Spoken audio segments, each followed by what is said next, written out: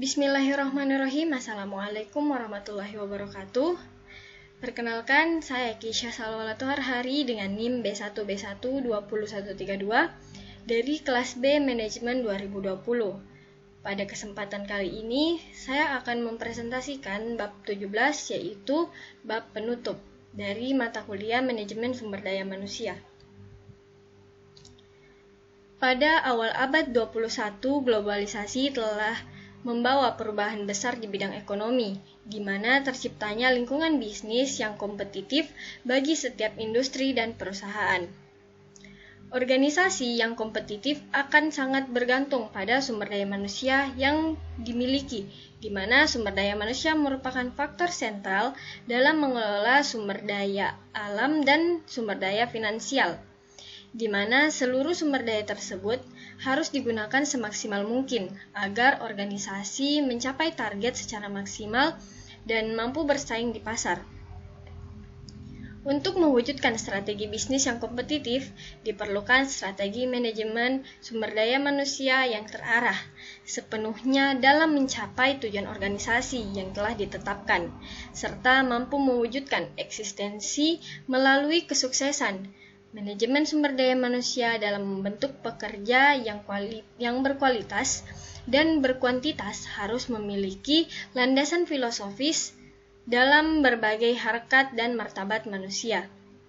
Dengan filsuf ini, manajemen sumber daya manusia dapat dikembangkan dari kebijakan yang memperlakukan pekerja, yaitu memenuhi kebutuhan fisik, spiritual, dan psikologis, sehingga terciptanya perasaan aman dan puas dalam bekerja, sehingga memberikan kesediaan kontribusi terbaik bagi perusahaan.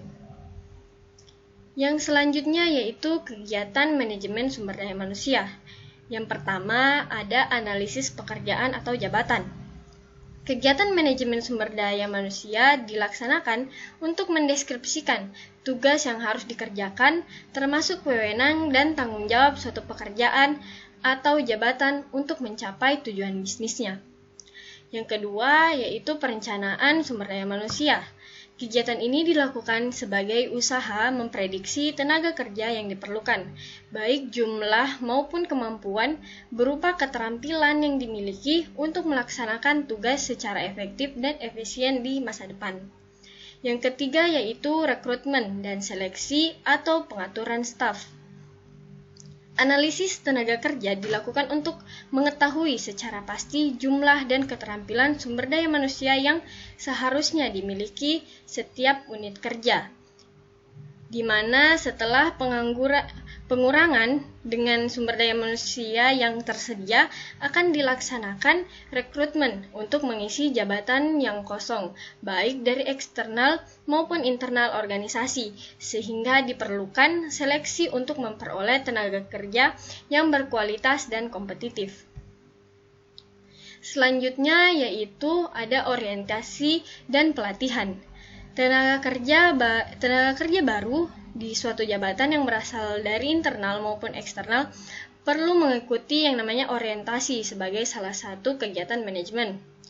Di mana kegiatan orientasi sangat penting dalam membantu agar tidak mengalami kejutan budaya. Selain itu juga dilaksanakan dengan maksud membantu pekerja yang memiliki kelemahan dan kekurangan dalam bekerja yang diharapkan akan dapat diperbaiki agar semakin mampu memberikan kontribusi bagi organisasi dan mencapai tujuan.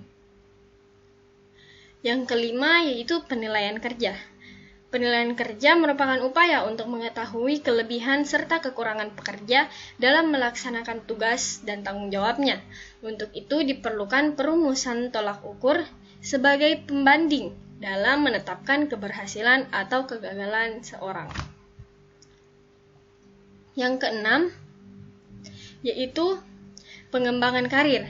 Setiap pekerja akan selalu berealisasi dan beraktualisasi dalam berkarir melalui peningkatan pengetahuan dan keterampilan dalam wawasan bekerja. Melalui kegiatan manajemen sumber daya manusia, berkewajiban membantu pekerja dalam meningkatkan karirnya, di mana pekerja akan semakin cenderung berkontribusi lebih baik. Yang ketujuh ada kompensasi. Kompensasi merupakan konsekuensi dari penerimaan dan pengangkatan yang terdiri dari kompensasi langsung maupun kompensasi tidak langsung dan insentif. Kompensasi langsung diberikan berupa upah atau natura secara reguler